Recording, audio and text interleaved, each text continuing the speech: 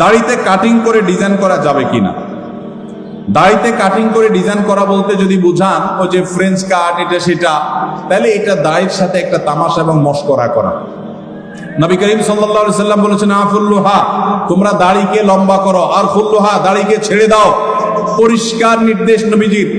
কোন একটা হাদিসে নবীজি সাল্লাল্লাহু আলাইহি সাল্লাম আমাদেরকে দাড়িতে কাটিং আর স্টাইল করতে বলেন না। এটা স্টাইলের জিনিস না। যারা দাড়ি রাখতে ইতস্তত বোধ করেন তাদেরকে বিনয়ের সাথে বলতে চাই, এটা পুরুষত্বের মার্কা।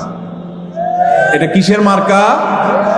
আল্লাহ নারীর শরীরে যা যা দিয়েছেন, নখ আপনারটা বাড়ে, মহিলাদেরটাও বাড়ে। আপনার মাথার চুল আছে, তাদেরও আছে।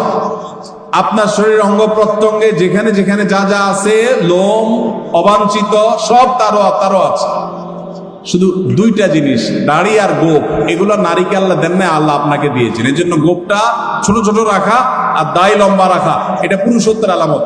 এখন আপনি যদি বলেন যে আমি হিজড়া হয়ে যাব, তাহলে আমার কি করার? আল্লাহ আমাদের ভাইদেরকে হেদায়েত দান করুন।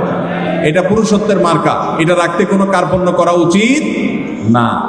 আমরা অনেকে জাতে ওঠার জন্য দাড়ি রাখতে চাই না। তবে দাড়ি যদি কেউ আমাদের কোনো ভাই কেটে ছোট রাখে, আমরা তাকে অ্যাপ্রিসিয়েট করি, আলহামদুলিল্লাহ আমার ভাই শুরুটা করে দিয়েছে, আল্লাহ তার দাড়িটাকে বড় করার তৌফিক দিবে ইনশাআল্লাহ।